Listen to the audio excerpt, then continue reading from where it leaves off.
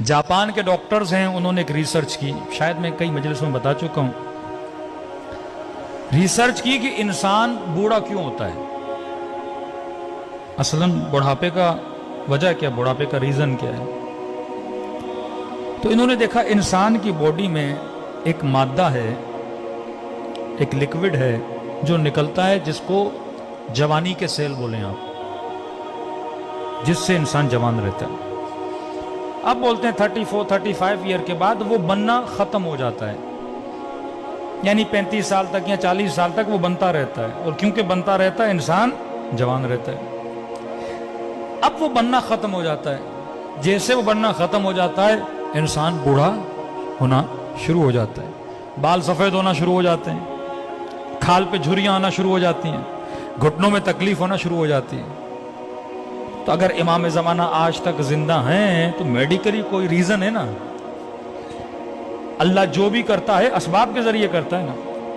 हमारा वो मटीरियल और मादा खत्म हो जाता है, मौला का खत्म ही नहीं हो रहा, तो मौला अभी तक क्या है, जवान है।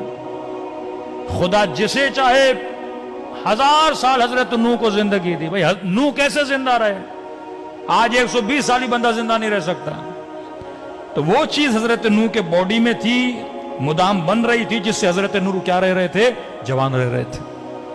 अब इन्होंने कहा कि हम देखें कि ये मादा किस चीज से बनता है,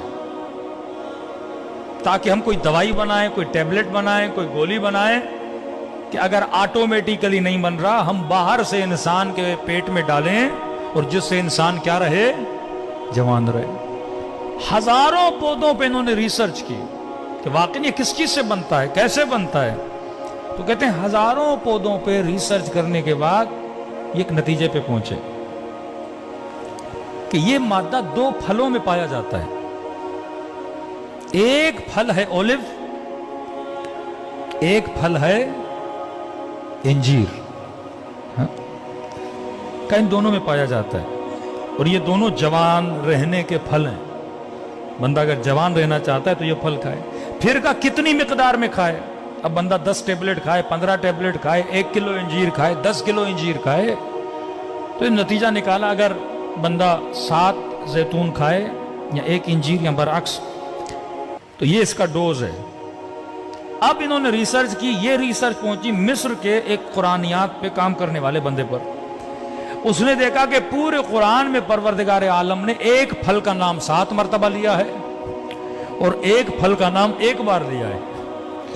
तो इन्होंने इन डॉक्टर्स को खत लिखा कि तुमने इतनी मेहनत करके इस रिसर्च पे पहुंचे हो, ये तो खुदा ने कुरान में हमें कब का बता दिया है।